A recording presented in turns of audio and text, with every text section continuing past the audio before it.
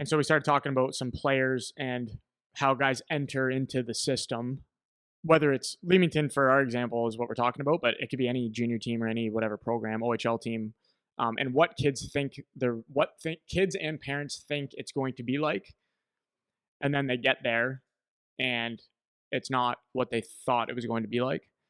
So here now we're in the second week of August, and this is kind of the time where teams start to set their rosters in terms of who plays where. You set your top six, you set your bottom six, guys that are getting scratched in and out of the lineup, how you do your D pairing, starting goalie, all of that. So this is kind of the time where that stuff starts to happen.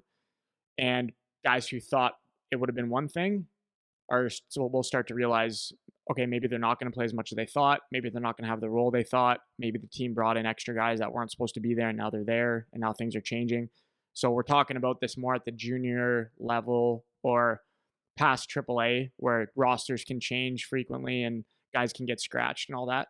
And the reason I want to talk about it is because the expectations from players and parents, it just feels like it's unclear, even if coaches think they're telling them about it and outlining what it's going to be. And whether they are or not, I don't know, because I don't remember it really being spelled out to me when I started playing junior either, of like, this is how the ride is going to be, so be ready. So maybe to start, what are your kind of thoughts on entering into that junior bracket if you're not the guy that's the star guy? And how do you think that, like, what is the expectation? So sometimes it doesn't even matter if you're the star guy. Like, right. Like the expectations, like, I've told this to kids when they go into their OHL interviews and stuff like that. They said, like, if someone said, what will your expectations be? I said, like, you really can't have any. Can't, because there's too many unknowns. But my expectations, if I was a player, would be, is that I'm going to try to earn everything I get. I'm going to try to learn everything I get. That's it. Learn and earn. That's it. I know that might sound like a little cliche thing, but it's actually couldn't be more clear. Now, when I talk to kids about stuff like that, or parents, when they hear me, they selectively hear things, right?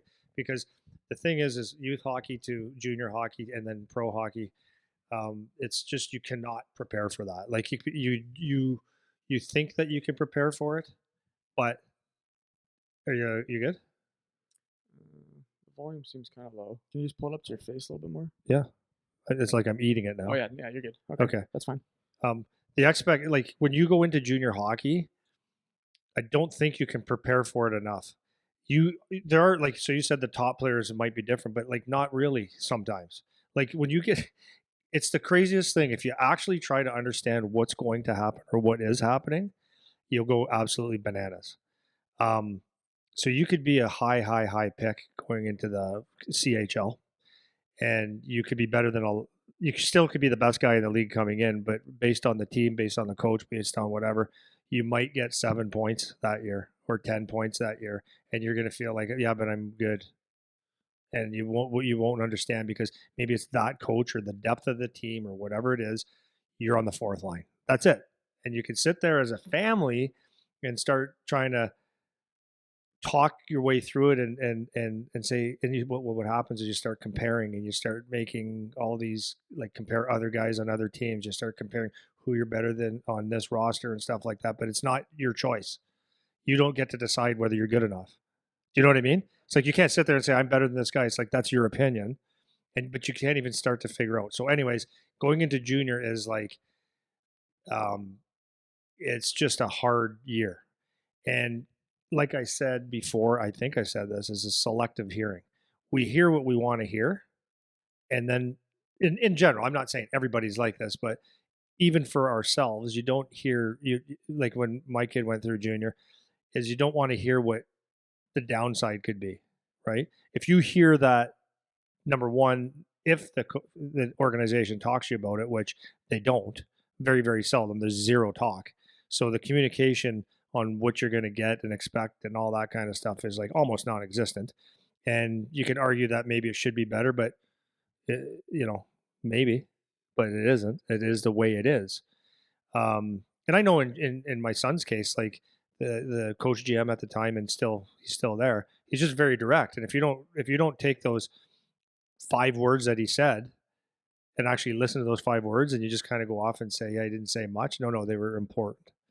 Anyways, you when you go into junior, like the selective hearing is you might have been told, you got to earn your ice, and there's 15, or there's we're gonna have, there's extra forwards. You're gonna have to earn your spot.